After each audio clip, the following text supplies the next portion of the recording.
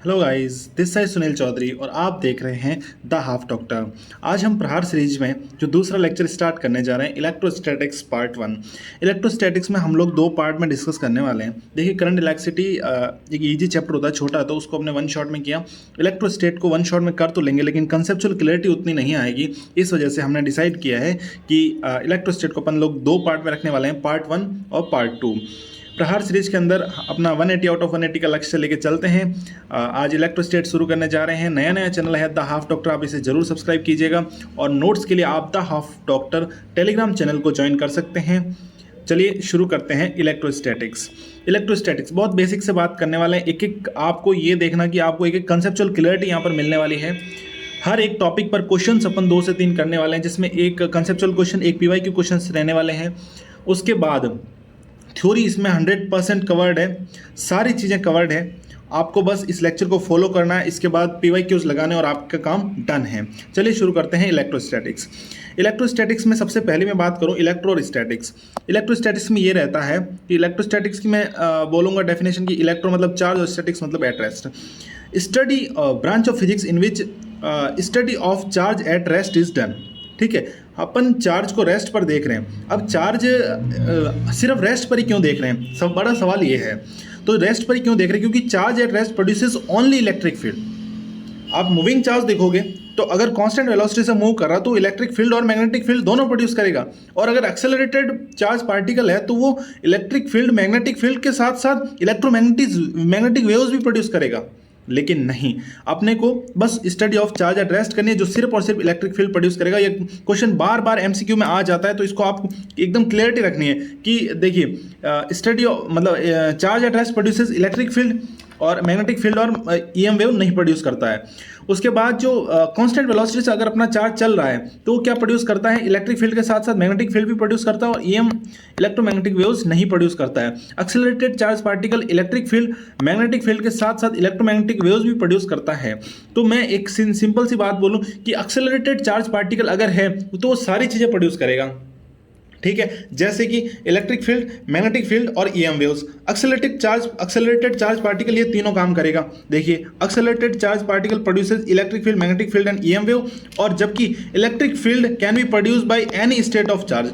Charge चाहे किसी भी स्टेट में हो, एक जरूर प्रोड्यूस करेगा इलेक्ट्रिक फील्ड, चाहे वो चार्ज रेस्ट पे हो, चाहे कांस्टेंट वेलोसिटी से चल रहा हो, चाहे एक्सेलरेटेड चार्ज पार्टिकल हो, इलेक्ट्रिक फील्ड तो जरूर प्रोड्यूस करेगा।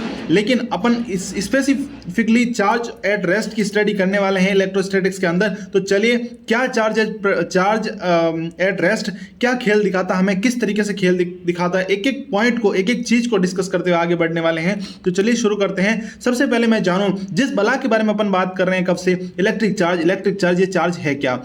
चार्ज और कुछ नहीं है, एक मैटर की इंट्रिंसिक प्रॉपर्टी है। Charge is the intrinsic property, मतलब एक अंदरूनी, कहते हैं ना कि जैसे कोई इंसान अच्छा है या बुरा, उसकी अंदरूनी प्रॉपर्टी। तो चार्ज भी मैटर की अंदरूनी प्रॉपर्टी है। जो जैसे दो पार्टिकल्स है, जैसे मान लीजिए ये दो पार्टिकल्स है, ठीक है। अब इन दोनों के बीच में फोर्स लग रहा है, तो किसकी वजह से लगने वाला है? चार्ज की वजह से। चार्ज कॉजेस इलेक्ट्रिक फोर्स, ठीक है। और mass is cause gravitational force. इन दोनों में मास है तो इनकी वजह से इनमें ग्रेविटेशनल फोर्स लग रहा है, आपस में ग्रेविटेशनल अट्रैक्शन लग रहा है। इन दोनों में अगर चार्ज है तो ये इलेक्ट्रिक फोर्स लगेगा।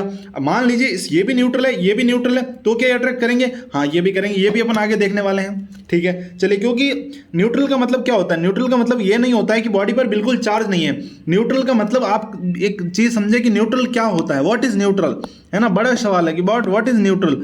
न्यूट्रल का मतलब ये नहीं है कि उसके अंदर कोई चार्ज पार्टिकल ही नहीं है। न्यूट्रल का मतलब होता है कि उसके ऊपर नेट चार्ज जीरो है ना। Positive charge equals to negative charge है उसमें, ये होता है न्यूट्रल का मतलब। न्यूट्रल का मतलब ये नहीं होता है कि नेट मतलब उसके ऊपर कोई चार्ज नहीं है, ऐसा कभी नहीं होता है ना। न्यूट्रल का मतलब होता है कि पॉजिटिव चार्ज और नेगेटिव चार्ज दोनों बराबर है, तब उस बॉडी को मैंने न्यूट्रल बोला है, ठीक है। समझे इतनी सी बात। तो अब देखिए, चार्ज क्या है? इंट्रिंसिक प्रॉपर्टी ऑफ मैटर, जो इलेक्ट्रिक फोर्स जनरेट करती है दो ऑब्जेक्ट्स के बीच में। सिंपल सी डेफिनेशन है, आपको डेफिनेशन पे ज़्यादा नहीं जाना, नहीं सवाल आते हैं। जहाँ से सवाल आएंगे वहाँ डिटेल में बात करेंगे। चार्ज का सिंबल होता है क्यू, या फिर बड़ा क्यू, कुछ भी लिख सकते हैं। ऐसा यूनिट कूलम्ब होती है, आप सबको पता है। स्केलर क्वांटिटी है चार्ज, एक मेजरेबल है, स्केलर क्वांटिटी ऐड कर सकते हैं, सब्सट्रैक्ट कर सकते हैं। चार्ज का डायमेंशन किस तरीके से निकालेंगे? करंट इलेक्ट्रिसिटी में अपन ने देखा था Q इजिकल्स टू IIT, पूरे दिन करंट इलेक्ट्रिसिटी में इसी की बात की थी, तो इसी से ही निकाल सकते हैं। I का A होता है और T का टाइम का T होता है, तो इस तरीके से आपने इसका निकाल लिया। ठीक है, अब देखें कि चार्ज कितने टाइप का होता है। 10th क्लास में पढ़ा था, पॉजिटिव और नेगेटिव दो तरीके के चार्ज होते हैं। अब इसमें भी मैं ज़्यादा टाइम वेस्ट करूँ तो उसमें कोई फायदा नहीं है। एक लाइन बहुत अच्छी लगती है हमें कि like charges repel each other while unlike charges attract each other. ठीक है, पॉजिटिव और पॉजिटिव रिपेल, पॉजिटिव और नेगेटिव अट्रैक्ट। ठीक है, ये तो भाई जिंदगी के हर एक कंसेप्ट में सही बैठता है कि ऑपोजिट चीज़ें अट्रैक्ट करती है। Opposite charges attract, opposite charges attract और same charges repel each other. समझ पा रहे लगता है आप। चलिए प्रॉपर्टीज ऑफ चार्ज की बात करते हैं। एक प्रॉपर्टी है कि चार्ज इज ट्रांसफरेबल। चार्ज को मैं ट्रांसफर कर सकता हूं एक बॉडी से दूसरी बॉडी। इसके अलग अलग मेथड्स होते हैं, लेकिन देखिए मान लीजिए सबसे कॉमन मेथड की बात करते हैं, फ्रिक्शन है। देखिए ये दोनों है, इन दोनों के बीच में मैंने ऐसे रबिंग की तो फ्रिक्शन किया मैंने। ठीक है, फ्रिक्शन से क्या होगा कि कुछ जो सरफेस इलेक्ट्रॉन्स हैं वो किस में ट्रांसफर हो गए, दूसरी बॉडी में। तो इस तरीके से चार्ज ट्रांसफर हो सकता है। तो यानी जिस बॉडी से ट्रांसफर हुए तो उसमें तो क्यू चार्ज की कमी होगी, तो इस पे चार्ज आएगा प्लस क्यू, इसमें आ गए माइनस क्यू, क्योंकि इसने गेन किया है। ठीक है, तो ये बेसिक सा काम था। Charge is transferable. ठीक है, तो यहाँ प्लस क्यू आ गया या माइनस क्यू, यहाँ से क्यू ट्रांसफर हो गया। चलिए आगे बात करते हैं। Charge is associated with mass. सबसे बड़ी बात यह है, किसी बॉडी में मास है तो उसके ऊपर चार्ज हो ये जरूरी नहीं है, लेकिन किसी बॉडी पर चार्ज है तो उसमें मास होना ही चाहिए। ऐसे हवा में चार्ज नहीं रहता है। कोई बॉडी है, इस पर चार्ज है तो इसका कुछ सर्टेन मास होगा तभी इस पर चार्ज है। यानी charge can't exist without mass. Charge can't exist without mass. Charge is associated always with mass. Charge is invariant, यानी कि अगर मैं बॉडी की स्पीड बढ़ाऊंगा तो चार्ज चेंज नहीं होगा। Charge is invariant, do not very with the speed of body. जबकि एक में लाइन लिखना चाहूंगा कि मास इज वेरिएंट। बॉडी का मास स्पीड के साथ चेंज हो सकता है। याद करो मॉडर्न फिजिक्स, वेलोसिटी और जो स्पीड ऑफ लाइट और वेलोसिटी ऑफ बॉडी को अपन ने कंपेयर करके जो मास का फॉर्मूला निकाला था, वेरिएबल मास, यही है वो। मास वेलोसिटी के साथ चेंज हो सकता है लेकिन चार्ज कभी चेंज नहीं होता है। चौथी प्रॉपर्टी आती है क्वांटाइजेशन ऑफ चार्ज, नहीं कंजर्वेशन ऑफ चार्ज। अगली आएगी क्वांटाइजेशन ऑफ चार्ज।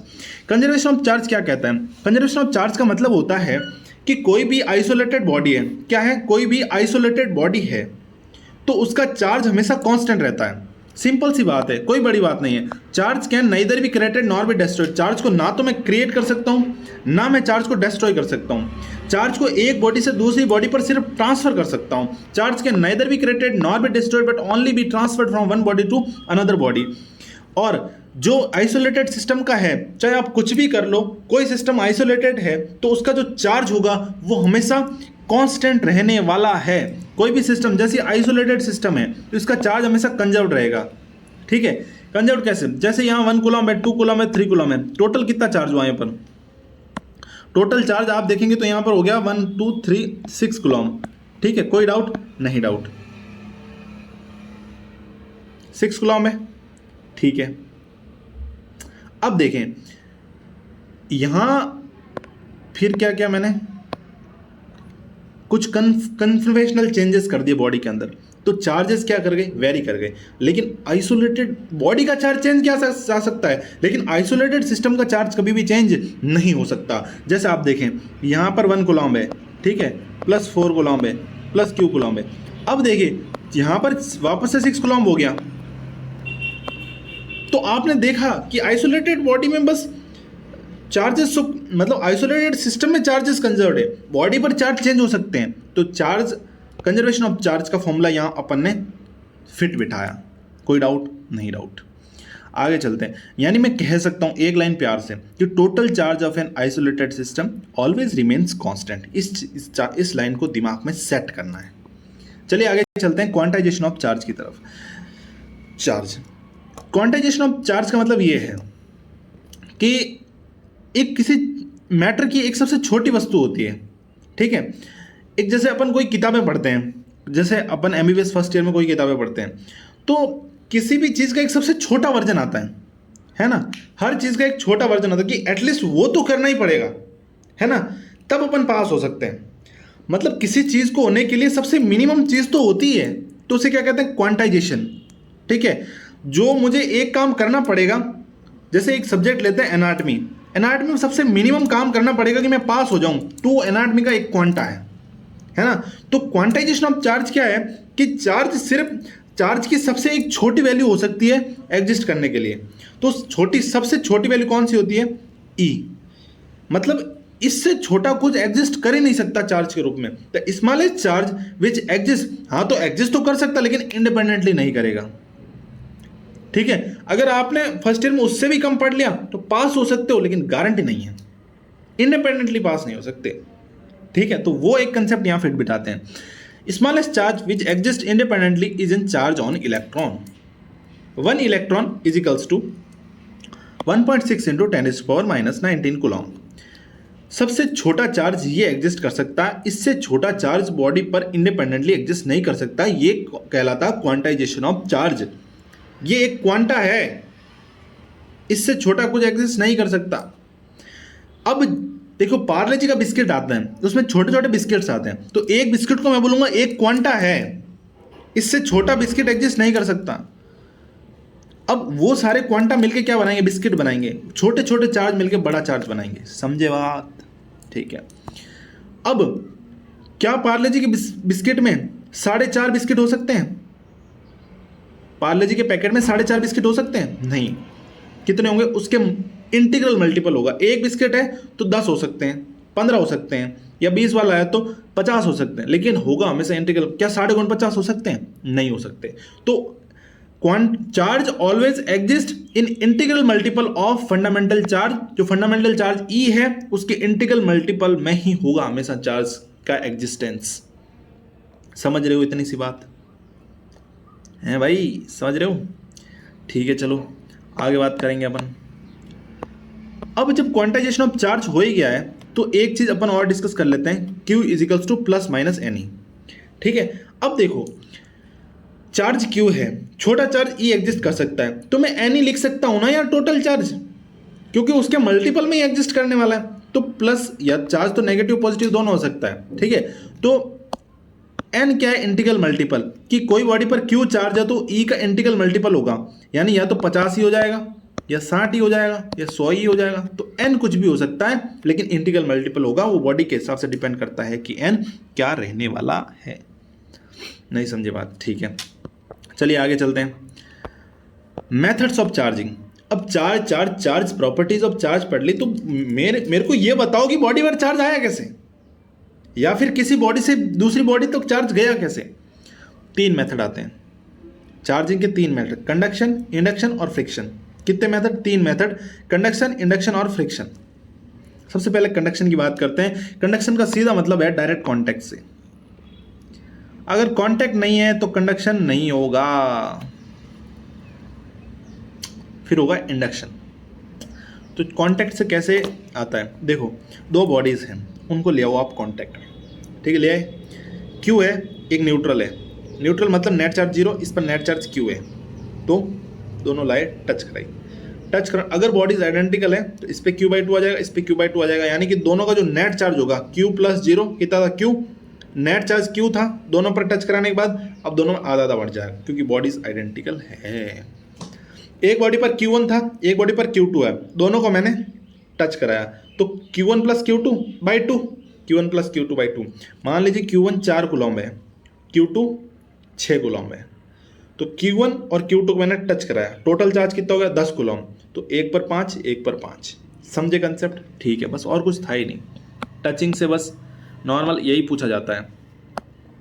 देखो टचिंग में तो सही लगता है, लेकिन आप यहाँ बात करें मतलब जो बॉडी से टचिंग से चार्जिंग होती है, मतलब स्फेरिकल बॉडीज की टचिंग से चार्जिंग होती है, तो आप अदर वे मत ले जाए, सही है। ठीक है, Q और न्यूट्रल दोनों को टच करवाया मैंने, Q/2, ये मैंने आपको बता दिया। आइडेंटिकल बॉडीज होनी चाहिए, आइडेंटिकल बॉडीज का मतलब होता है रेडियस सेम होनी चाहिए, और आइडेंटिकल बॉडीज टच कराया Q1 + Q2/2, ये मैंने अभी आपको बता दिया कि 5, 4 और यहाँ 4 और यहाँ 6 का एग्जाम्पल लिया था, दोनों मिला के 10 हुए थे, 10/2, 5 यहाँ हो जाएगा, 5 यहाँ हो जाएगा। तो ये मैंने आपको अभी समझाया था। अब चलते हैं इंडक्शन की तरफ। इंडक्शन का कंसेप्ट बड़ा प्यारा है यार, बहुत सिंपल कंसेप्ट है। एक होगी टारगेट बॉडी जिसे मुझे चार्ज करना है, टारगेट बॉडी न्यूट्रल है मान लो, ठीक है, उसे मुझे अब चार्ज करना है। न्यूट्रल बॉडी है, चार्ज करना है। न्यूट्रल बॉडी से मैंने क्या बोला था, न्यूट्रल बॉडी में ऐसा नहीं है कि कोई भी चार्ज पार्टिकल नहीं है, उसके अंदर चार्ज पार्टिकल होता है, लेकिन यह है कि number of plus particle is equals to number of negative particle होता है। तो इसकी वजह से जो नेट चार्ज आता है वो न्यूट्रल बॉडी पर कितना हो जाता है, 0। अब देखो, इंड्यूसिंग बॉडी है और ये है टारगेट बॉडी, ठीक है, ये है इंड्यूसिंग बॉडी और ये है टारगेट बॉडी। अब इंड्यूसिंग बॉडी क्या करेगी, टारगेट बॉडी में चार्ज इंड्यूस करने वाली है। देखो, न्यूट्रल बॉडी में दोनों प्लस और माइनस है। अब मैं जैसे ही उसके पास में इंड्यूसिंग बॉडी लाता हूं तो क्या होगा, जो इंड्यूसिंग बॉडी के ऊपर प्लस चार्ज है तो वो एक तरफ नेगेटिव नेगेटिव खींच लेगी और एक तरफ बचेंगे पॉजिटिव पॉजिटिव। अब इन पॉजिटिव पॉजिटिव को इधर की साइड से मैं कर दूं अर्थिंग, देखिए जैसे मैंने यहाँ कर दिया अर्थिंग, तो अर्थिंग से क्या हो गया, ये पॉजिटिव चार्ज हो गए न्यूट्रल, ठीक है, ये हो गए खत्म अर्थिंग की वजह से।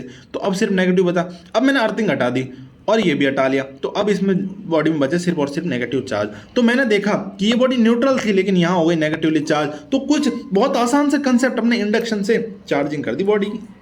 आपने कहा चार्जिंग कैसे हुई, तो ऐसे हो गई साहब, कोई डाउट नहीं सर। आगे देखिए, चार्जिंग बाय फ्रिक्शन। फ्रिक्शन से कैसे चार्ज, देखो फ्रिक्शन मतलब रगड़ना, रगड़ना तो फ्रिक्शन से रगड़ना। जैसे मैंने रगड़ा तो अब इस, जैसे मैंने रगड़ा, देखो ये इधर, ये और ये दोनों को मैंने रगड़ा, अब क्या हुआ, यहाँ से इलेक्ट्रॉन निकला और यहाँ आ गया। जो सरफेस इलेक्ट्रॉन होते हैं बॉडी के, तो फ्रिक्शन की वजह से क्या होते हैं, हीट प्रोड्यूस होती है, थर्मल एनर्जी जनरेट होती है ना। जैसे मैंने फ्रिक्शन किया तो हाथ गर्म हो गए, है ना, सर्दियों में अपन करते ही, तो थर्मल एनर्जी जनरेट हुई, इलेक्ट्रॉन को एनर्जी मिली और जो सरफेस इलेक्ट्रॉन था वो ट्रांसफर हो गया दूसरी बॉडी में, तो दूसरी बॉडी को हो गई चार्जिंग। कितने इलेक्ट्रॉन ट्रांसफर हुए, n इलेक्ट्रॉन ट्रांसफर हुए, तो चार्ज हो जाएगा n इंटू ई, क्योंकि सबसे छोटा चार्ज है E। देखो, रबिंग की, on rubbing thermal energy generate हुई, आउटर इलेक्ट्रॉन ट्रांसफर हो गए A से B बॉडी में। कितने ट्रांसफर हुए, n ट्रांसफर हुए, तो n ही यहाँ पर आ जाएगा, प्लस यहाँ से यहाँ हुए ना, तो प्लस यानी यहाँ जहाँ से ट्रांसफर होते हैं वहाँ प्लस आता है और जहाँ ट्रांसफर होते हैं वहाँ नेगेटिव आता है, तो यहाँ माइनस n ही आ गया। नंबर ऑफ n क्या, number of electron transfer, simple सा कंसेप्ट था। अब आती है मेन टॉपिक, जहां से आते हैं फुल सवाल भर के, सब भर के सवाल आते हैं। कूलम्ब्स लॉ, बहुत ही छोटा, बहुत ही प्यारा, सिंपल सा कंसेप्ट है, लेकिन सवाल बहुत सारे देके जाता है। बात कुछ ऐसी है कि कूलम्ब्स लॉ दो बॉडीज के बीच में लगता है। दो चार्ज पार्टिकल ले लेते हैं अपन, Q1 और Q2, ये पॉइंट चार्ज पार्टिकल्स हैं Q1 और Q2। इन दोनों के बीच में एक फाइनाइट डिस्टेंस R है और ये Q2 इस Q1 पर इलेक्ट्रोस्टैटिक फोर्स लगा रहा है F12 इधर की साइड, और ये Q1 इस Q2 पर F21 इधर की साइड लगा रहा है। जो मैग्नीट्यूड रहने वाला है इलेक्ट्रोस्टैटिक फोर्स का, वो आपको सिंपल सा फॉर्मूला याद करना है, F equals to K Q1 Q2 by R square. Simple सी बात है, ये फॉर्मूला आपको याद होना चाहिए, सबको याद होगा, मुझे पता है मैक्सिमम जनता को याद होता है। अब याद रखें कि ये F12 और ये F21 दोनों बराबर होते हैं, लेकिन ऑपोजिट साइड में लगते हैं, इसलिए अलग साइन, एक पॉजिटिव होगा तो दूसरा नेगेटिव होगा। F equals to K Q1 Q2 by R square होता है। K की वैल्यू होती है 1/4 pi epsilon. Epsilon is the permittive of medium. इसके ऊपर पूरा अच्छे से कंसेप्ट देखने वाले हैं। अगर परमिटिविटी ऑफ मीडियम ज़्यादा है तो K कम होगा तो F कम हो जाएगा अपने आप ही। परमिटिविटी ऑफ मीडियम ज़्यादा तो F कम, इसके ऊपर डिटेल में बात करने वाले हैं आगे। अगर एयर है या फ्री स्पेस है या वैक्यूम है तो K equals to 1/4 pi epsilon naught हो जाता है, जिसकी वैल्यू हो जाती है 9 × 10⁻⁹। ये K की वैल्यू होती है, आपको याद करनी है। क्वेश्चन में K दे भी सकता है और क्वेश्चन में K नहीं भी दे सकता, आपको याद होना चाहिए, है ना। अब एप्सिलॉन नॉट, एप्सिलॉन तो थी परमिटिविटी ऑफ मीडियम और एप्सिलॉन नॉट है absolute permittivity. Epsilon not absolute permittivity क्यों कह रहे हैं, क्योंकि ये सबसे मिनिमम यही हो सकती है और ये होती है एयर, फ्री स्पेस या वैक्यूम में। अगर सबसे मिनिमम एप्सिलॉन जो परमिटिविटी है वो अगर एयर में है तो जो मैक्सिमम फोर्स होगा वो एयर में ही होगा। यानी मैं कोई भी मीडियम में दो चार्ज पार्टिकल को रख दूंगा या किसी भी सिस्टम को रख दूंगा तो उनके बीच में लगने वाला फोर्स हमेशा कम हो जाएगा, क्योंकि मैक्सिमम फोर्स किस में हो सकता है, एयर में, और कोई भी मीडियम में अगर रखता हूं तो फोर्स हमेशा कम हो जाएगा। डिटेल में बात करने वाले इस कंसेप्ट के बारे में, क्या बात करने वाले, डिटेल में बात करने वाले इस कंसेप्ट के बारे में। आगे चलिए आगे की तरफ चलते हैं। ठीक है, F। अब जो फोर्स है electrostatic force F acts along the line joining two charges. जो फोर्स है इलेक्ट्रोस्टैटिक फोर्स वो हमेशा, जैसे ये Q है और ये Q है, तो ये सिर्फ और सिर्फ in line joining two charges पे ही लगता है। इस तरीके से देख सकते हैं। या फिर एक नेगेटिव होता तो अट्रैक्शन लग जाता तो इधर इधर हो जाते हैं, लेकिन हमेशा एक्ट करेगा on the line joining two charges, इसलिए इसे बोलते हैं सेंट्रल फोर्स। याद करो एक सेंट्रल फोर्स और था, ग्रेविटेशनल फोर्स, 11th क्लास में पढ़ा होगा आपने। अब एक और बात आती है कि कूलॉम्स लॉ सिर्फ और सिर्फ पॉइंट चार्जेस के लिए वैलिड होता है या फिर स्फेरिकल बॉडीज के लिए वैलिड कर सकते हैं। क्यों? क्योंकि स्फेरिकल बॉडीज को अपन लोग पॉइंट चार्ज की तरह ट्रीट कर सकते हैं, उनका सारा का सारा चार्ज एट द सेंटर मानकर। यानी कूलॉम्स लॉ की सबसे बड़ी लिमिटेशंस कह सकते हो, अच्छी बात कह सकते हो कि it act only on, it valid only for point charges. कोई डाउट? कोई डाउट नहीं। F follows the inverse square law. Gravitational force हो या इलेक्ट्रोस्टैटिक फोर्स हो, इनवर्स स्क्वायर लॉ को फॉलो करता है आर स्क्वायर। ये कहाँ से आया? जब F की बात की थी के Q1 Q2 by R square.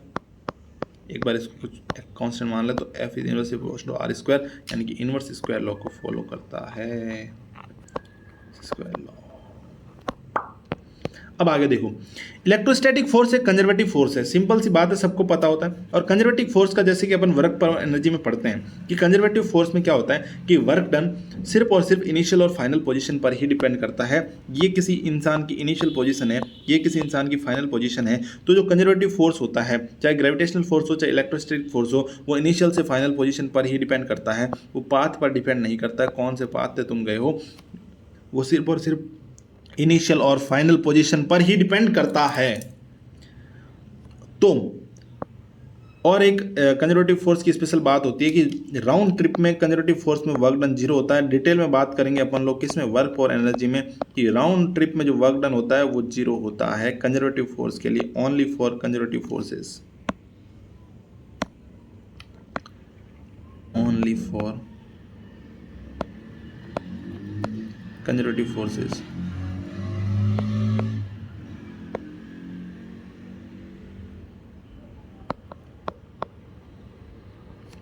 Work done depend only on initial and final position, does not depend on path. Work done in round trip is zero for electrostatic force, यानी work done जीरो हो जाएगा किसके लिए, only for conservative forces के लिए। Electrostatic force एक conservative force है। Work done सिर्फ इनिशियल और फाइनल पोजीशन पर डिपेंड करने वाला है, पाथ पर डिपेंड नहीं करता है।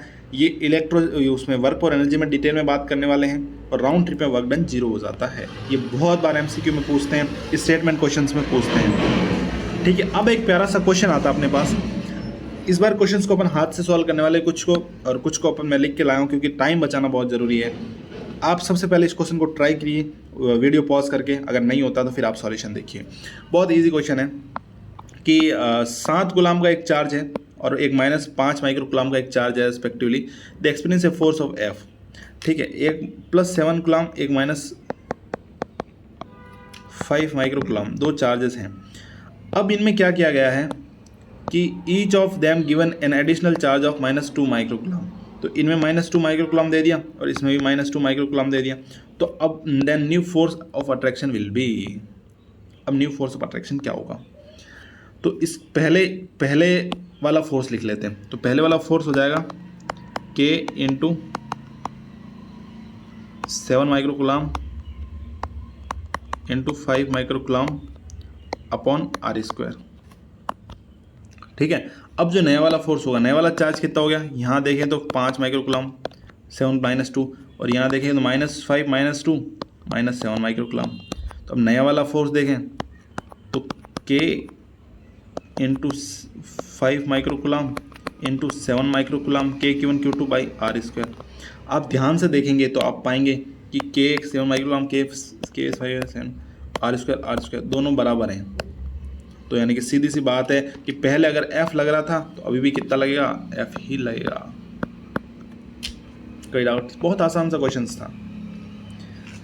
अब एक चीज़ देखें कि charge Q is divided into 2 parts such that the electrostatic force, अगर कोई भी चार्ज Q है, यहाँ पर मैं आपको रटने के लिए बोलूँगा। मैंने आपको पहले भी बोला स्ट्रेटजी वाले वीडियो में कि फिजिक्स में कुछ चीज़ें रटनी होती है ताकि आप डायरेक्ट सवाल कर सकें। इसको मैं अगर आपको डिटेल में समझाना बैठूंगा तो ऐसे डिटेल लेक्चर में अपन इसमें डिटेल में बात करते हैं, लेकिन इतना काम का नहीं है। आपको जितनी काम की बातें हैं मैं इस वीडियो में सारी बता दूंगा। मेन चीज़ ये सीरीज प्रहार सीरीज इसीलिए है कि आप भटको ना, सिर्फ काम की बातें आपको समझ में आए, ठीक है। फालतू का कंटेंट इधर उधर ना भागो, आप ये सिर्फ लेक्चर देखो, इसके क्वेश्चंस करो। बहुत सारे क्वेश्चंस लेके आया हूँ मैं, और सीधी बात है, इसको आप PYQ लगाओ, इसके बाद बस ख़त्म हो जाएगा, ठीक है। चलिए आगे बात करते हैं कि फाइंड द, देखो एक चार्ज Q था, उसको दो पार्ट में डिवाइड कर दिया, ठीक है, एक Q1 और एक Q2। अब इनकी क्या वैल्यू होगी कि इन दोनों के बीच में फोर्स विल बी मैक्सिमम। तो इसका एक सीधा सा याद रखना है कि जब भी एक चार्ज को तोड़े दो पार्ट में और मैक्सिमम फोर्स का कंसेप्ट आए तो उसमें हमेशा दोनों पार्ट की वैल्यू Q/2 और Q/2 रहने वाली है, हमेशा।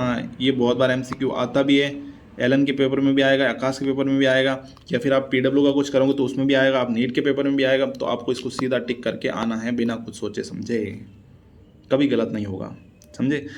अब बात करते हैं आगे। देखो अगर गलत हो रहा है तो मतलब वो क्वेश्चन आपके काम का नहीं है। आपके सिलेबस में जितने क्वेश्चन हैं उनमें सब में यही का कंसेप्ट लगने वाला है, ठीक है। चलिए आगे बढ़ते हैं। 2 point charges A and B having a charges Q and minus Q are placed at a certain distance apart. Force acting between them is F. If 25% charge of A is transferred to B and the force in excess becomes, एक था Q और Q। सबसे पहले जो force है F1 मैं लिख लेता हूँ K इंटू Q, ठीक है, दोनों Q थे तो K into Q upon R square, यानी KQ²/R², ठीक है। तो ये हो गया F1, है ना। अब देखो F1 था F, अब मुझे निकालना F2, ठीक है। अब मुझे निकालना F2, क्या निकालना F2। अब क्या किया था कि 25% चार्ज एक से दूसरे पे ट्रांसफ़र कर दिया, यानी A बॉडी थी फिर B थी, पहले यहाँ Q था यहाँ Q था, अब क्या 25% ट्रांसफ़र कर दिया, यानी -Q/4 कर दूँ। यहाँ से Q 25% यानी कि Q/4 ही ट्रांसफ़र होगा। Q का 25% कितना होगा Q/4 -Q/4, और यहाँ हो जाएगा +Q/4, ठीक है। तो ये तो हो गया 3Q/4 और ये हो जाएगा 5Q/4, है ना। तो F2 विल बी, अब ये दो चार्ज आ गए Q1 और Q2। अब सीधा फॉर्मूला लगाओ K into Q1 into Q2/R², 5 3 15 upon 4 4 16 KQ²/R²। अब KQ²/R² को मैं F लिख सकता हूँ, तो यहाँ लिख दो 15/16 F आ गया आंसर। कोई बड़ी बात नहीं थी, कोई दिक्कत हुई नहीं हुई, कुछ गड़बड़ हो गई यार।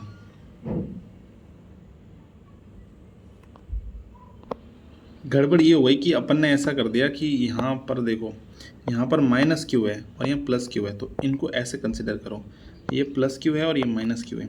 अब Q -Q/4 है तो -Q + Q/4, तो ये हो जाएगा माइनस का 3Q/4, है ना। तो 3Q/4 तो ये देखेंगे 9 हो जाएगा। यहाँ पर थोड़ी सी गलती हो गई थी, तो 9/16 F आएगा।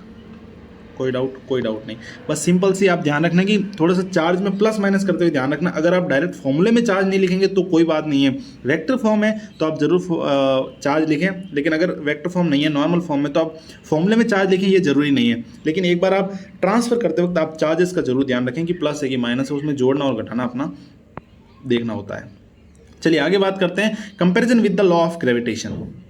ये जो अपन ने किया था ये 2019 का क्वेश्चन था। देखिए इस तरीके से ही क्वेश्चंस आपके पास हर साल आते हैं, तो आपको इसी कॉन्फिडेंस से क्वेश्चन करने हैं, कोई भी डाउट नहीं रखना दिमाग में। और अब अगर कोई भी डाउट आ रहा तो वीडियो को वापस बैक करके वापस चलाएं तो आपके सारे डाउट्स क्लियर हो जाएंगे। वीडियो को आप वापस भी देख सकते हैं, आपके पास ऑनलाइन में सारी चीज़ें सुविधा होती है। चलिए बात करते हैं comparison with law of gravitation. देखिए ग्रेविटेशन का जो लॉ था उसके साथ कंपेयर कर देते हैं। सिंपल सी चीज़ें हैं, क्योंकि सारी चीज़ सेम है इसलिए कंपेरिजन भी जरूरी बनता है। फॉर्मूला देखिए Fe = KQ1Q2/R²। थोड़ा फास्ट ले लेता हूँ मैं, Gm1m2/R² जो ग्रेविटेशनल फोर्स होता है। दोनों इनवर्स स्क्वायर लॉ को फॉलो करते हैं, दोनों लाइन ज्वाइनिंग अलॉन्ग द मतलब जो लाइन ज्वाइनिंग होती है उसके अलॉन्ग एक्ट करते हैं, ठीक है। डिफरेंस क्या है, डिफरेंसेस क्या है, डिफरेंसेस है कि G एक यूनिवर्सल कांस्टेंट है, मतलब कहीं भी ले जाओ तुम दुनिया में किसी भी कॉर्नर पर तो G सेम रहने वाला है। लेकिन यहाँ पर क्या होता है कि K डिपेंड कर जाता है मीडियम पर। तो आप भी कह रहे हैं साहब हमने तो ग्रेविटेशन में पढ़ा था G वेरी करता है, तो ध्यान रखें G वो वाला वेरी करता है एक्सेलरेशन वाला। ये G जो कांस्टेंट है ग्रेविटेशन कांस्टेंट, ये कभी भी वेरी नहीं करता है, ठीक है। अब देखें कि जो एफ जी है वो सिर्फ और सिर्फ अट्रैक्टिव होता है, जबकि एफ ई अट्रैक्टिव भी हो सकता है, रिपल्सिव भी हो सकता है। ग्रेविटेशन फोर्स हमेशा सिर्फ और सिर्फ अट्रैक्टिव होता है, जबकि एफ ई अट्रैक्टिव भी हो सकता है और रिपल्सिव भी हो सकता है ना। और इसमें जो जी की वैल्यू होती है ये फिक्स रहती है, लेकिन इसमें मीडियम पर डिपेंड करती है। एयर और वैक्यूम के लिए 9 × 10⁹ न्यूटन मीटर स्क्वायर पर कूलम्ब स्क्वायर होता है, कोई दिक्कत नहीं। अब एक ये सिंपल सा कंसेप्ट और आता है हैंगिंग वाला, कि दो चार्जेस को मैंने हैंग कर रखा है, ऐसे देखिए, two identical small charge spheres each having a mass m, ठीक है, दोनों का मास m है, चार्ज q है, हैंग इन इक्विलिब्रियम, इक्विलिब्रियम में हैंग्ड है, इक्विलिब्रियम में हैंग है। अब ये कह रहे हैं कि the length of each string is l and the angle made by any string with the vertical is theta. ये कह रहे हैं कि angle made by string with vertical is theta, और find the magnitude of charge on each sphere, हमें दोनों spare पर charge निकालना है, ठीक है। तो किसी भी तरीके से आप कोई भी क्वेश्चन इस तरीके का आएगा तो आप एक इक्वेशन जरूर याद रखें कि ये आपके पास एफ ही है और ये एम जी है, तो ये जो थीटा था तो इसी तरीके से ये भी क्या हो जाएगा, tan theta F E by M G. हाँ, तो एक आप इक्वेशन याद रखें ये वाली, आपको डायरेक्ट क्वेश्चंस बनाने हैं, है ना। आपको अगर मैं एक्सप्लेन करना चाहता हूँ तो इसको पूरा एक्सप्लेन कर दूं, लेकिन नहीं, जितनी काम की बात है उतनी ही करते हैं। तो tan theta equals to F E by M G, ये आप नॉर्मल सी चीज़ याद कर लीजिए, आपके सारे क्वेश्चंस इसके बेस्ड हो जाएंगे। अब अभी अपन क्वेश्चंस भी तो करके देखेंगे, आप कहेंगे कि सर आप तो पागल बना रहे हो, सिर्फ इस चीज़ों से थोड़ी हो सकता है। तो काम सिर्फ इतनी ही चीज़ें आती है, ये आपको दिमाग में कंसेप्ट बिठाना पड़ेगा, सिर्फ इतनी ही चीज़ें काम आती है, ठीक है। जो काम की चीज़ें वो बता रहा हूँ मैं, क्योंकि वन शॉट है। अब आप देखिए ये क्वेश्चन है, अब ये क्वेश्चन करके देखेंगे ना अपन, ये जेईई मेंस का क्वेश्चन है, तो ये भी तो करके देख लेते हैं ना कि अब अपन कोई चीज़ पढ़ रहे हैं तो उसका प्रैक्टिकल एप्लीकेशन भी तो होना चाहिए ना, ऐसे थोड़ा हवा में बातें थोड़ी हो रही हैं, यहाँ सारी चीज़ें करके दिखाई जा रही है। तो आप बने रहिए बस वीडियो में एंड तक, आपको सारी चीज़ें मिलने वाली हैं। यहाँ पर दो स्मॉल स्फेरिकल बॉल्स हैं जिनके ऊपर चार्ज है Q, तो आप देख सकते हैं कि दो स्मॉल बॉल्स हैं जिनके ऊपर है चार्ज Q। इस तरीके से आप एक कंसेप्चुअल वे में क्वेश्चन को पढ़ते पढ़ते इसी तरीके से सॉल्व करते जाएं। एक के ऊपर है Q बराबर 10 माइक्रो कूलम्ब, ठीक है, तो मैं यहाँ पर लिख देता हूँ, एक के ऊपर Q है, इसके ऊपर भी Q है। Are suspended by two insulating thread, दोनों की 1 मीटर लेंथ है, ठीक है। From point fix it is found that the equilibrium threads are separating angle 60 degree between the them, दोनों के बीच में 60 डिग्री एंगल है, तो मैं कह सकता हूँ कि इसके भी 30 होगा, इसके भी 30 होगा, ठीक है। As shown in figure, what is the tension in the threads, अब इन थ्रेड्स में इसने टेंशन पूछी है, ठीक है, ठीक है। चलिए अब आप देखिए, ये 90 है, ये 30 हो गया, तो ये कितना हो जाएगा 60 डिग्री, ठीक है। तो इस t को मैं बांटूं तो इधर तो हो जाएगा t cos 60 और इधर हो जाएगा t sin 60, t cos 60 degree t sin 60 degree, है ना। और नीचे लगेगा mg और इधर लगेगा force equals to electrostatic force लगेगा, बस K/Q1 Q2 बाय r², ठीक है साहब। अब अपने को क्या दिया गया है, नहीं यार इसको ऐसे मत करो तुम,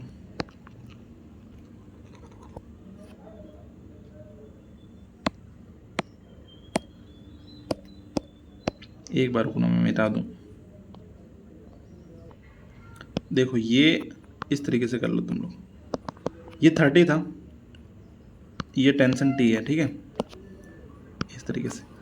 तो ये 30 था, तो यहाँ पर कितना हो जाएगा, ऐसे वो अपन ने पढ़ा भी है 10th क्लास में कि इस तरीके से।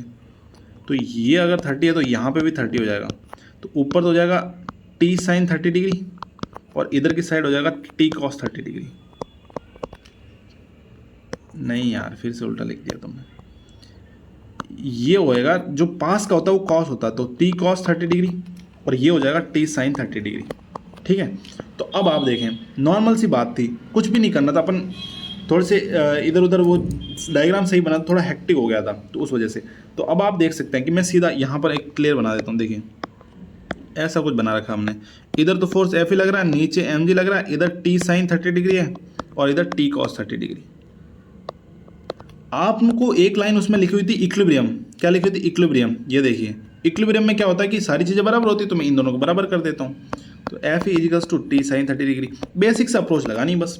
तो T sin 30 1/2 होता है, तो 2 × K Q1 Q2 by R square equals to T. अब देख लो कि आर कितना दिया हुआ 1 मीटर है, तो 2 इंटू के इंटू 10 माइक्रोकुलाम दिया हुआ है, तो 10 माइक्रोकुलाम 10⁻⁵ का होल स्क्वायर अपॉन आर कितना है 1, तो 1 का स्क्वायर। तो इस हिसाब से सॉल्व कर लो आप। T equals to 2 into 9 into 10⁻⁹ into ये हो जाएगा -6 होता है, तो -5 10⁻⁻⁵ का होल स्क्वायर यानी कि -10 उसका होल स्क्वायर यानी -10 अपॉन 1। ठीक है, तो यहाँ आप देखेंगे तो बस इतना बचेगा कितना 10⁻⁻⁴, तो 2 इंटू 9 इंटू 10⁻⁻⁴ यानी कि ये बच गया 1.8 न्यूटन। आ गया आंसर, कोई दिक्कत हुई नहीं। ठीक है, ये देखिए 1.8 न्यूटन। चलिए आगे बात करते हैं। एक बेसिक सा कंसेप्ट आता है प्रिंसिपल ऑफ सुपरपोजिशन। अब अपन इसकी बात करने वाले हैं। प्रिंसिपल ऑफ सुपरपोजिशन हमें क्या कहता है? प्रिंसिपल ऑफ सुपरपोजिशन हमें कहता है कि अगर इफ देयर आर 3 और more than 3 charges then the net force on any one is vector sum of all the forces and into. देखो, कोई भी चार्ज है Q, उसके इर्द गिर्द 2 से 3 चार्जेस है। ठीक है, तो जो नेट फोर्स होगा इस चार्ज पर वो तीनों का वेक्टर सम होगा। इसकी वजह से F2 आ रहा है, इसकी वजह से F1 आ रहा है। मान लीजिए Q3 होता तो इसकी वजह से F3 आता, तो जो नेट वेक्टर सम होता, जो नेट फोर्स होता Q पर, वो होता तीनों का वेक्टर सम, F1 का वेक्टर प्लस F2 का वेक्टर प्लस F3 का वेक्टर। ये प्रिंसिपल ऑफ सुपरपोजिशन हमें कहता है। एक बात याद रखें, चाहे Q1 पर नेट फोर्स कुछ भी आए, लेकिन जो Q पर कोई भी नेट फोर्स कुछ भी आए, लेकिन जो Q1 और जो Q के बीच में, Q1 और जो Q के बीच का फोर्स है इलेक्ट्रोस्टैटिक फोर्स, वो किसी दूसरे की वजह से अफेक्ट नहीं होगा। Q1 और Q1 दो पर्सन है, दोनों के बीच में जो है वो किसी तीसरे के आने से अफेक्ट नहीं होगा। हाँ, इसके ऊपर नेट इफेक्ट पड़ने वाला है कि नेट फोर्स इसके ऊपर कितना होगा तीनों की वजह से, वो अलग होगा। लेकिन जो बीच का फोर्स है Q1 और Q2, जो F1 है, वो किसी की प्रेजेंस की वजह से चेंज नहीं होगा। जो Q1 और Q के बीच में जो F1 फोर्स है वो किसी तीसरे की वजह से इफेक्ट नहीं होगा। समझ में आ रही बात? तो force between 2 charges will not affect by presence of third one. बहुत सिंपल सी बात थी। Q1 Q2 Q3 Q4 Q n times है तो सबका वेक्टर सम हो जाएगा, बस ये बताया मैंने ऊपर। अब देखो, the charge Q1 exert same force on charge second charge, एक Q1 है और एक Q2 है। ठीक है, if a third charge Q3 is brought near the Q2 then the force exerted by Q1 on Q2, जो Q1 Q2 पर जो फोर्स लगा रहा है रिपल्सन का, उसके ऊपर क्या फ़र्क पड़ेगा Q3 की वजह से? तो मैंने अभी आपको बताया कि कोई भी फ़र्क नहीं पड़ने वाला है, यानी सीधी सी बात रिमेन्स द सेम। चलिए आगे बात करते हैं। अब सुपरपोजिशन का मामला था तो उसके ऊपर भी क्वेश्चन कर ही लेते हैं भैया, सुपरपोजिशन में किस तरीके से कैसे क्वेश्चन होते हैं। तो आप देखें, ये है, अब ये वाला Q इस पर रिपल्सन करेगा तो F, ये वाला Q इस पर रिपल्सन करेगा तो F। ठीक है, और जब 60 डिग्री है यहाँ पर इक्विलेटरल ट्रायंगल में 60 डिग्री तो होता है 60, तो इसका जो नेट आएगा F नेट वो आ जाएगा √3F। अपन ने देखा था वेक्टर में कि जब यहाँ F और यहाँ F हो,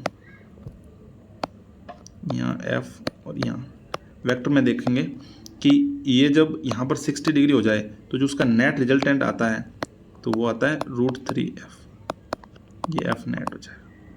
तो यहीं यहाँ हो रहा है √3F हो गया। तो अब F क्या था? सिंपल सी बात है, F इजिकल्स टू था KQ² अपॉन R²।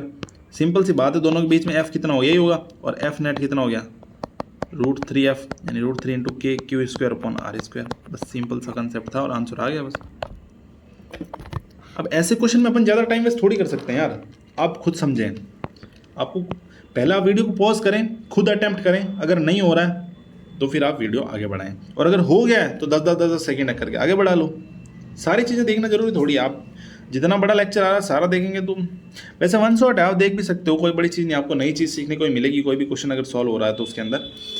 अब अगर बात करते हैं अपन आगे, 3 चार्ज है, ये कह रहा है 3 चार्ज है प्लस Q, एक है Q और एक फिर से आ गया प्लस Q। ठीक है, तीनों कहाँ रखे गए? X पर लिखा है, ये तो x इक्वल्स टू 0, और ये रखा गया है d डिस्टेंस पर, और ये d/2 पर, और ये रखा गया है d डिस्टेंस पर। इफ नेट फोर्स एक्चुअली इसके ऊपर नेट फोर्स अगर जीरो है, इस वाले क्यूब पर नेट फोर्स अगर जीरो है यानी ये इक्विलिब्रियम में है, तो the value of Q is, Q की वैल्यू निकालेंगे। इसके ऊपर नेट फोर्स जीरो है मतलब क्या है इसका कि जो ये प्लस क्यू, तो ये तो हमें बता रखा, तो ये तो इसके ऊपर रिपल्सन लगा रहा है, तो एक फोर्स इधर होना ही चाहिए तभी इसके ऊपर जीरो है ना, तो ये फोर्स लगेगा इसकी तरफ से अट्रैक्शन का फोर्स, यानी ये वाली चीज़ नेगेटिव है। ठीक है, तो सीधी सी बात है इसका ऑप्शन नेगेटिव हुआ तो ये दोनों तो कट हो गए, अब बचे दो। तो इस तरीके से आप ऑप्शन एलिमिनेट कर सकते हैं।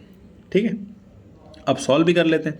इसके ऊपर नेट फोर्स जीरो है तो यानी कि इसकी वजह से जो फोर्स लग रहा है और इसकी वजह से जो फोर्स लग रहा है दोनों को बराबर कर दो। इसकी वजह से जो फोर्स लग रहा है तो के Q1 Q2 by R square, और उसकी वजह से फोर्स लग रहा है के Q1 Q2 by R square. ठीक है, Q से Q गया, K से K गया, Q by D square equals to, ये ऊपर 4 चला जाएगा 4Q अपॉन डी, भाई इसका स्क्वायर होगा तो डी स्क्वायर बाई 4 होगा ना, तो 4 ऊपर चला जाएगा तो 4Q बाई डी स्क्वायर। अब देखो डी स्क्वायर से डी स्क्वायर गया, Q equals to Q by 4, और नेगेटिव का तो मैंने आपको पहले ही बोल दिया था माइनस Q बाई 4। कोई डाउट? बहुत आसान सवाल था। अब ये सवाल आया कर्नाटका नीट 2013 में। ठीक है, इसको सॉल्व करते हैं। देखिए, charge Q is placed at the centre of line joining two charges. देखो ये कह रहा है कि एक चार्ज है, दो इक्वल चार्ज है Q और Q, एक चार्ज Q को इसके सेंटर पर रखा, यानी कि इधर से भी R/2 और इधर से भी R/2। ठीक है, the system of 3 charges equilibrium, तीनों चार्जेस का सिस्टम कब इक्विलिब्रियम होगा, Q की क्या वैल्यू होनी चाहिए बताते हैं। चलिए देखिए अपन वो कि Q की वैल्यू क्या रखें कि इक्विलिब्रियम में रहे चीज़ें। देखिए मैं आपको बताऊं, अब भी अपन ने आंसर निकाला था, सीधी सी बात है कि अगर दो इक्वल चार्जेस हैं, ठीक है, और उसके बाद एक चार्ज अपन बीच में रख रहे हैं, जैसे ये वाला चार्ज अपन ने रखा Q। ठीक है, अब इसकी क्या वैल्यू हो कि ये सिस्टम इक्विलिब्रियम रहे, तो अभी अपन ने ऊपर ही सॉल्व किया था सेम क्वेश्चन। ये देखो दो Q चार्जेस थे और Q की क्या वैल्यू रखूँ कि मेरे पास सिस्टम इक्विलिब्रियम रहे, तो माइनस Q बाई 4। ये आप देख सकते हैं कि कर्नाटका नीट 2013 का क्वेश्चन है, तो माइनस Q बाई 4 इसका आंसर हो जाएगा। अभी अपन ने ऊपर डिस्कस किया था। कोई डाउट? कोई डाउट नहीं। आगे चलते हैं। ये कह रहा है कि पॉइंट चार्जेस है प्लस 4Q। आप ध्यान से देखें कि एक है plus 4Q n plus 4Q, ये रखा हुआ है एक्स इजिकल्स टू 0 पे। फिर कह रहा है कि x इजिकल्स टू ए पर रखा हुआ है Q माइनस Q। फिर कह रहा है कि प्लस 4Q पर रखा हुआ है x इजिकल्स टू 2a पर प्लस 4Q रखा हुआ है। अब आप आराम से देख सकते हैं, इस चीज़ के अंदर कोई डाउट भी नहीं आना चाहिए कि क्या हुआ था। कि अब इसमें स्टेटमेंट वाइज क्वेश्चन है तो स्टेटमेंट पढ़ के क्वेश्चन करते हैं कि only minus Q is in stable equilibrium. नहीं, अपन ने देखा था कि दो Q थे, प्लस Q, बीच में जब मैंने माइनस Q बाई 4 रख दिया था, अभी ऊपर देखा आपने, ये देखो इस Q की वैल्यू क्या आई थी minus Q by 4, Q minus Q by 4, तो Q और माइनस Q बाई 4, तो सारा का सारा सिस्टम इक्विलिब्रियम में था। ठीक है, सारा का सारा सिस्टम इक्विलिब्रियम में था। अब इक्विलिब्रियम स्टेबल था कि अनस्टेबल था उसकी बात करेंगे, लेकिन एक बात तो समझे कि सारा का सारा सिस्टम इक्विलिब्रियम में तो था। ठीक है, तो none of the charge in equilibrium, ये तो हो गया गलत। सिर्फ माइनस Q स्टेबल इक्विलिब्रियम में, नहीं ये भी गलत। All the charges are in stable equilibrium, all the charges are in unstable equilibrium. यहाँ दो कॉन्ट्राडिक्टरी पॉइंट आ जाते हैं कि इनका जो इक्विलिब्रियम है अनस्टेबल है या स्टेबल है। जब भी अनस्टेबल और स्टेबल इक्विलिब्रियम की बात करते हैं तो अपन बीच वाले चार्ज को स्लाइड डिस्प्लेसमेंट करके देखेंगे। अगर स्लाइड डिस्प्लेसमेंट करने के पश्चात अगर फिर से वो चार्ज अपनी पोजीशन को गेन कर लेता है, कहीं से हमने स्लाइड डिस्प्लेसमेंट किया और अपनी वापस पोजीशन पर माइनस Q चार्ज लौट कर आ जाता है, तो वो स्टेबल इक्विलिब्रियम है। और अगर गलती से भी माइनस Q अपनी पोजीशन पर लौट कर नहीं आ पाता है तो वो अनस्टेबल इक्विलिब्रियम है। अब देखें, मैंने माइनस Q को हल्का सा इधर की तरफ डिस्प्लेस किया, तो ये फोर्स ऑफ अट्रैक्शन में क्या हुआ कि एक जो इसकी R थी वो कम हुई, और F is inversely proportional to 1/r² होता है। अगर F मतलब R ज़्यादा कम हुई तो F बढ़ गया, यानी इन दोनों के बीच में फोर्स ऑफ अट्रैक्शन बढ़ गया, तो ये इधर खींचेगा। अब इधर क्या हुआ, R ज़्यादा हो गया तो इधर फोर्स ऑफ अट्रैक्शन कम हो गया। तो इधर जैसे जैसे R कम होता जाएगा फोर्स ऑफ अट्रैक्शन बढ़ता जाएगा, और इधर से फोर्स ऑफ अट्रैक्शन कम होगा, यानी स्लाइड डिस्प्लेसमेंट पर ये कंप्लीटली इधर चला जाएगा। तो क्या इसने अपनी पोजीशन को गेन किया? वापस नहीं किया। तो ये जो सिस्टम है वो अनस्टेबल इक्विलिब्रियम में है। एक बार वापस इधर की तरफ डिस्प्लेस करके देख लेते हैं। इधर की तरफ भी सेम केस होगा। इधर अब की बार आर कम होगा तो एफ बढ़ जाएगा, और इधर आर बढ़ेगा तो एफ कम हो जाएगा। तो यहाँ से जैसे जैसे आगे आगे चलता जाएगा तो यहाँ का जो फोर्स, नेट फोर्स है वो कम होता जाएगा, और नहीं, यहाँ का जो नेट फोर्स है कम होगा और यहाँ का फोर्स बढ़ता जाएगा। तो ये चार्ज कंप्लीटली इधर की तरफ चला जाएगा। तो इसने स्लाइड डिस्प्लेसमेंट पर अपनी पोजीशन को वापस गेन नहीं किया। तो यानी मैं सीधा सा बोलूं कि ये जो माइनस क्यू है वो अनस्टेबल इक्विलिब्रियम में है विदाउट डाउट। ठीक है, तो all the charges are in unstable equilibrium, और all the charge in stable equilibrium तो नहीं, सारे के सारे चार्जेस अनस्टेबल इक्विलिब्रियम में है। और दूसरे पर जैसे मैंने किया, आप जरूर +4 के ऊपर भी इसी तरीके से स्लाइड डिस्प्लेसमेंट करके ट्राई करेंगे और मुझे बताएंगे कि ये अनस्टेबल में है कि स्टेबल में है। तो आप पाएंगे ऊपर स्टेटमेंट में लिखा हुआ है कि अनस्टेबल इक्विलिब्रियम है, तो उसमें कोई दो राय है ही नहीं। चलिए आगे की तरफ चलते हैं। इक्विलिब्रियम की कहानी पढ़ते हैं। इक्विलिब्रियम की क्या कहानी है? इक्विलिब्रियम की कहानी के लिए अब देखिए डिटेल में बात करेंगे तो बहुत सारी बातें हैं, कर भी नहीं पाएंगे, वन शॉट है। वन शॉट का पार्ट 1 ये है, पार्ट 2 अगला आने वाला है। तो पार्ट 1 में है तो देखिए अपने पास समय की लिमिट है, अभी इस टाइम पर वन शॉट कोई नहीं पढ़ा रहा है, लेकिन कोई चैप्टर किसी का स्ट्रांग है तो वो ज़्यादा टाइम वेस्ट ना करते हुए वन शॉट देखें, वो आपके लिए काफ़ी फायदेमंद रहने वाला है। अब मैं बात कर रहा इक्विलिब्रियम की कहानी की, तो इसमें एक अपन शॉर्टकट की बात करेंगे, अपन एक स्टार की बात करेंगे, स्टार पॉइंट की।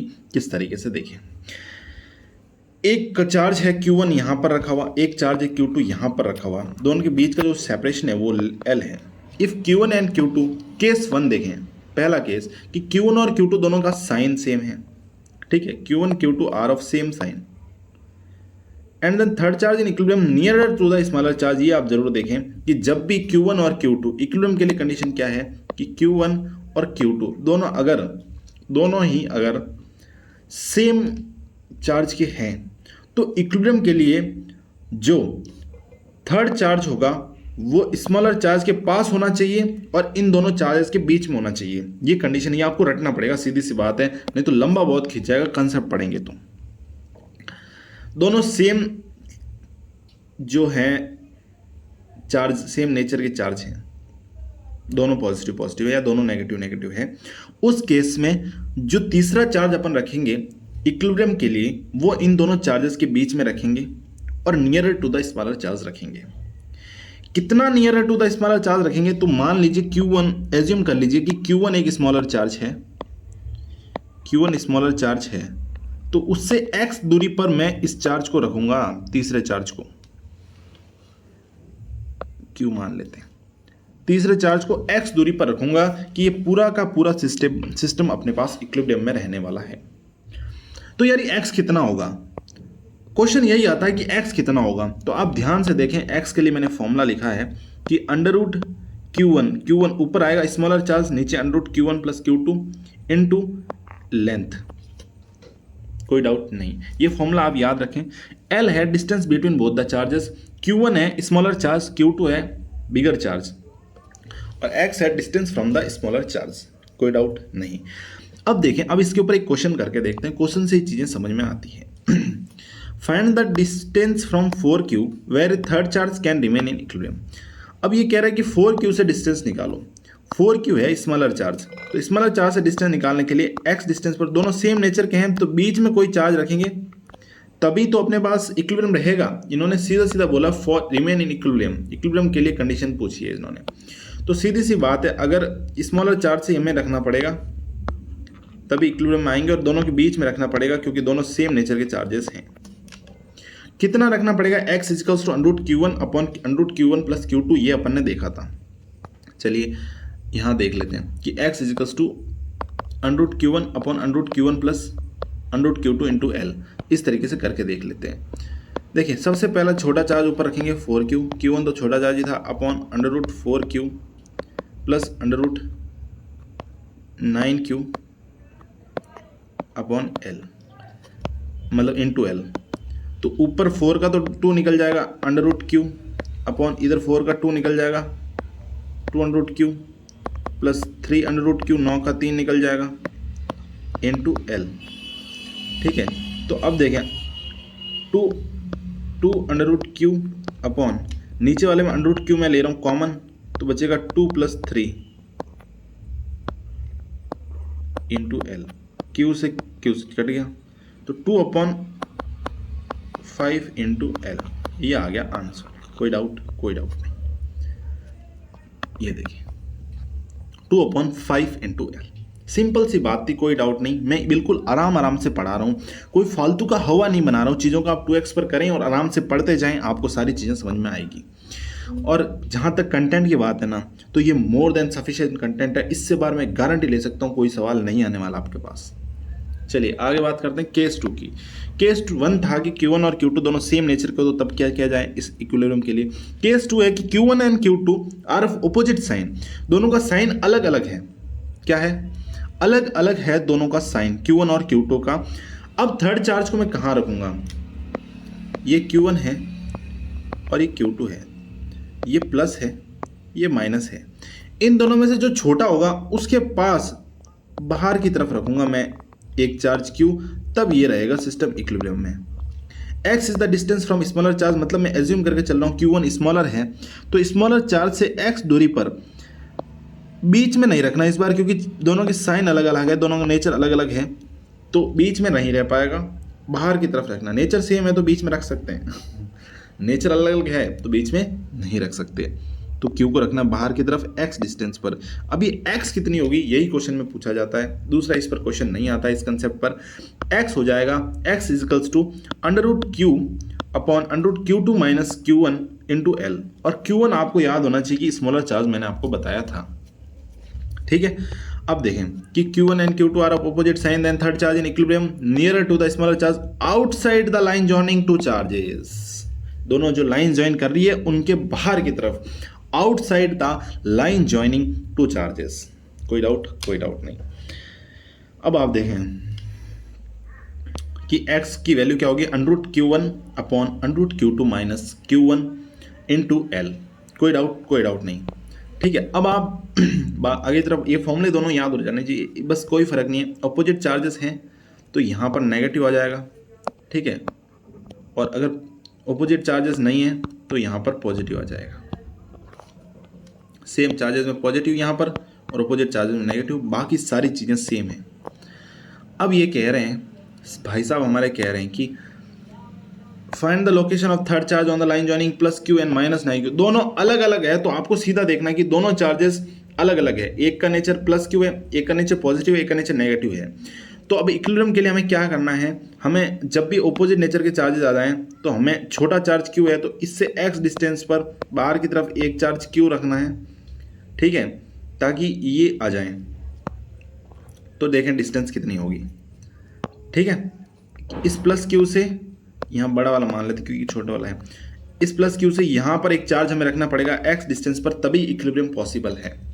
तो ये x डिस्टेंस कितनी होगी यही अपने से क्वेश्चन में पूछा है। तो x के लिए मैंने आपको फॉर्मूला बताया था, ऊपर छोटा वाला चार्ज अपॉन बड़ा वाला चार्ज माइनस छोटा वाला चार्ज। ये माइनस क्यों आया, क्योंकि दोनों अपोजिट नेचर के हैं। तो ऊपर आ गया Q, नीचे आ गया under root 9Q minus under root Q into L. ठीक है, Q को कॉमन लेके काट देंगे, बचेगा 1 अपॉन अंडर रूट 9 का 3 हो जाएगा minus 1 upon 2 into L by 2। L by 2 किससे, प्लस Q से या माइनस 9Q से? छोटे वाले से। छोटा वाला कौन है, प्लस Q छोटा वाला है, तो हो गया आंसर प्लस Q से। कोई भी डाउट है? कोई डाउट नहीं है। आगे चलते हैं। एक अपने पास फिर आता है कि वेक्टर फॉर्म में चीज़ें बहुत सारी, ग्रेविटेशनल फील्ड भी वेक्टर फॉर्म में नहीं देखा था good. Coulomb's law in vector form. Vector form में कूलम्ब्स लॉ को देखते हैं किस तरीके से होता है। ये Q1 है, ये Q2 है Q1 से लेकर Q2 पर जो R वेक्टर होता है, इसकी पोजीशन मान लीजिए R2 दी हुई है, इसकी पोजीशन R1 है, तो इसका जो R वेक्टर हो जाएगा वो हो जाएगा R2 minus final position minus initial position R1। ये हो गया इसका R वेक्टर। R वेक्टर मतलब दोनों के बीच के डिस्टेंस का वेक्टर। अब कूलम्ब लॉ में आप सीधा सा फॉर्मूला याद कर लीजिए कि F equals to K Q1 Q2 by R square था। तो अब जैसे ही अपन इसको थोड़ा मैं डिराइव कर देता हूँ आपके सामने, यहाँ पे करता हूँ, देखो ऐसे लिखते हैं कूलम्ब्स लॉ में Q1 Q2 upon R square. ये तो नॉर्मल होता है, इसके बाद अपन जस्ट इसके ऊपर ऐसे कैप लगा के लिखते थे। अब इसमें क्या होता है कि इस कैप को जब खोलता हूं मैं तो ये कैप ऐसा होता है, कोई डाउट? ये कैप ऐसा होता है, तो इसको मैं यहां रखूंगा तो फॉर्मूला बन जाएगा अपने पास ये वाला। कोई डाउट? कोई डाउट नहीं?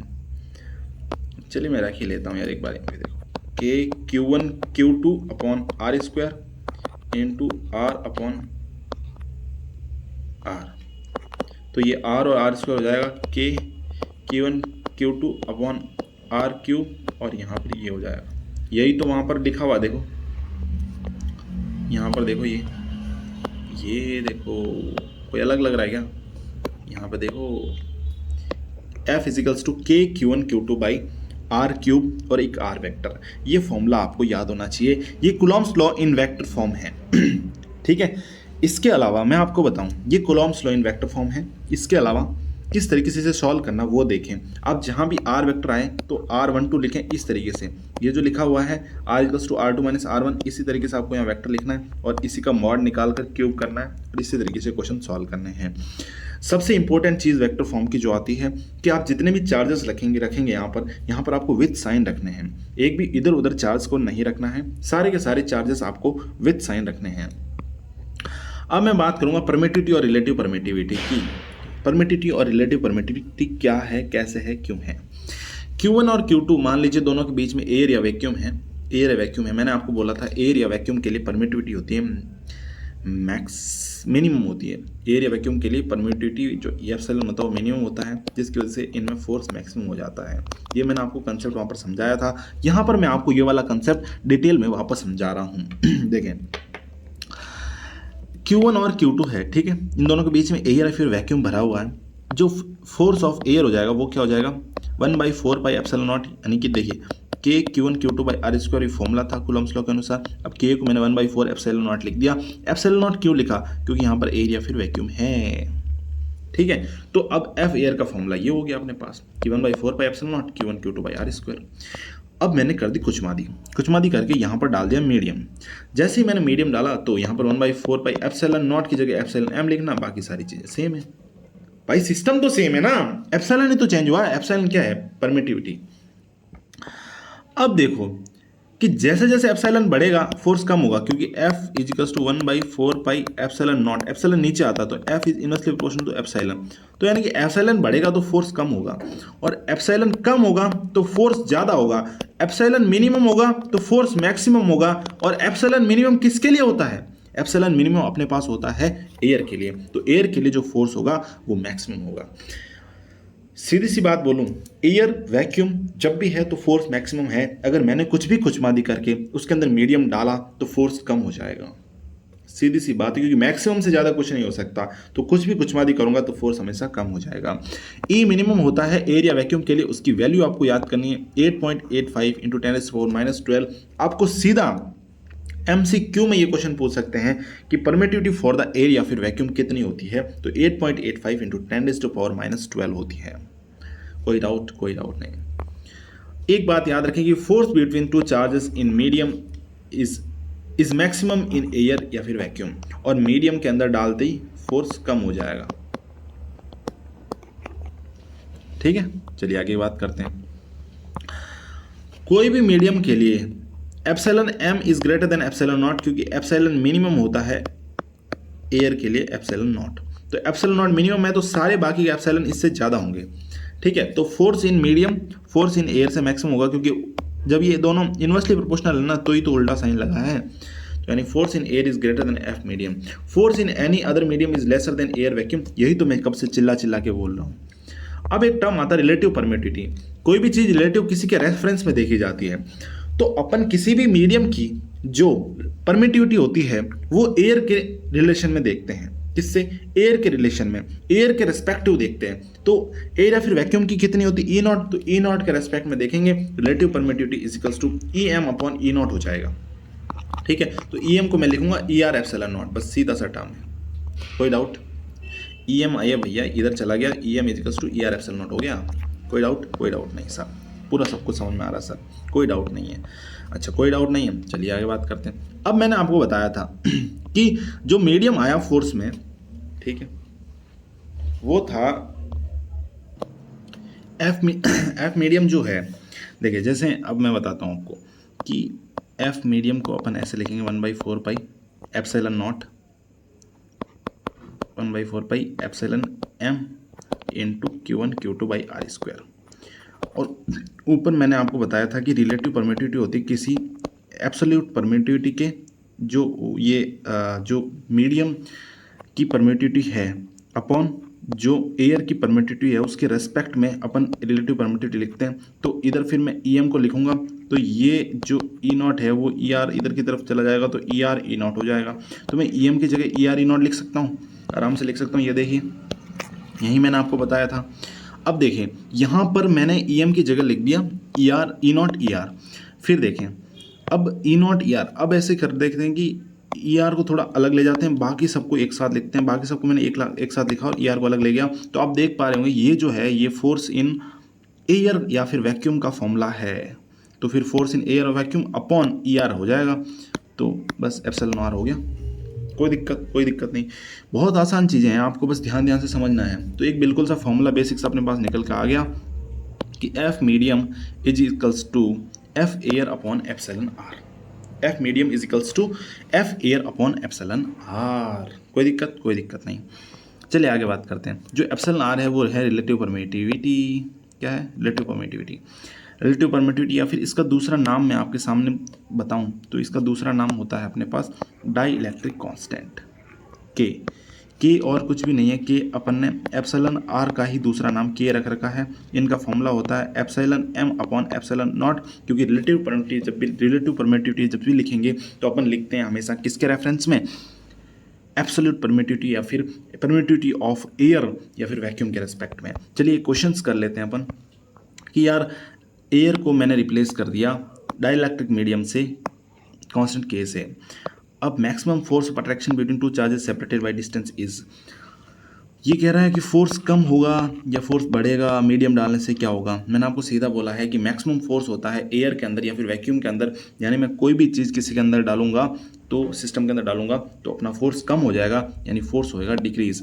रिमेन्स अनचेंज गलत, इंक्रीज गलत, इंक्रीज गलत। तो एक ही ऑप्शन बता डिक्रीज होएगा। और कितने गुना डिक्रीज होएगा? के टाइम्स, क्योंकि जो फोर्स का जो फॉर्मूला था F medium is equals to F air upon epsilon R होता है। एप्सिलॉन आर की जगह हमने दे रखा के, तो के टाइम्स डिक्रीज हो जाएगा। के टाइम्स डिक्रीज हो जाएगा। कोई डाउट नहीं, आपका क्वेश्चन सॉल्व हो गया। ये क्वेश्चन था अपना 1999 का, जो बहुत पुराने का, जब आप शायद आपका जन्म भी नहीं हुआ होगा। क्या कह रहे हो? कुछ लोग तो हम पैदा हो चुके थे, हाँ, तो वो लोग काफ़ी रेस्पेक्टेड लोग हैं। चलिए आगे बात करते हैं इक्विवेलेंट डिस्टेंस इन वैक्यूम के बारे में। किसके बारे में? Equivalent distance in vacuum. देखो वैक्यूम के अंदर इक्विवेलेंट डिस्टेंस ये भी अपन परमिटिविटी से रिलेट करेंगे, परमिटिविटी से, कि वैक्यूम है या फिर मीडियम है। क्या है? वैक्यूम है या फिर मीडियम है। अब वैक्यूम के अंदर अगर डिस्टेंस dv है दो चार्जेस के बीच में, जबकि फोर्स इनके अंदर सेम है, F, फोर्स F है। अब जैसे ही मैंने मीडियम डाला तो DM हो गया। अब ये कह रहे हैं कि मुझे फोर्स को सेम रखना है, तो डिस्टेंस बढ़ेगी या घटेगी? फोर्स को सेम रखना है तो फोर्स इजिकल्स टू 1/r² के इनवर्सली प्रोपोर्शनल होता है। अब मैंने क्या कहा था, कोई भी मीडियम अगर अपन डालेंगे किसके अंदर डालेंगे, कोई भी मीडियम अगर सिस्टम में डालेंगे तो जो सिस्टम का फोर्स है वो कम होगा, लेकिन अपने को फोर्स सेम रखना है तो आर कम करनी पड़ेगी, तभी फोर्स बढ़ पाएगा, है ना। मतलब अपन ने आप देखें कि यहाँ पर एफ, मान लीजिए एफ वी था वैक्यूम और यहाँ पर एफ मीडियम था, तो सीधी सी बात है जो एफ मीडियम होगा वो एफ वैक्यूम से तो कम होगा, लेकिन हमें फोर्स को रखना है सेम। तो फोर्स को सेम रखना है तो हमें डिस्टेंस में कुछ गड़बड़ करना पड़ेगा। तो फोर्स कम हुआ, अब उसको सेम करना तो बढ़ाना पड़ेगा, तो फोर्स को बढ़ाने के लिए डिस्टेंस कम करना पड़ेगा। तो ये डीएम जो होगा वो डीवी से कम हो जाएगा। तो जो डीवी की वैल्यू होगी डीएम के कुछ टाइम्स होगी, तो वो होती है relative permittivity times of DM. ये फॉर्मूला होता है इक्विवेलेंट डिस्टेंस इन वैक्यूम का, DV is equals to √εr DM. Simple सा फॉर्मूला आपको याद रखने हैं। आपको क्या करना है, एक पेपर लेना, उसके ऊपर सारे के सारे फॉर्मूले आपको एक लाइन से जमा देने हैं, और ताकि आपको हर चीज़ एकदम प्यार से याद हो जाए। आप इलेक्ट्रोस्टैट में और कुछ भी नहीं, आपको फॉर्मूले याद हैं, 3 से 4 सवाल आते हैं, आराम से हो जाते हैं। चलिए नेक्स्ट बात करने वाले अपन लोग इलेक्ट्रिक फील्ड की। Electric field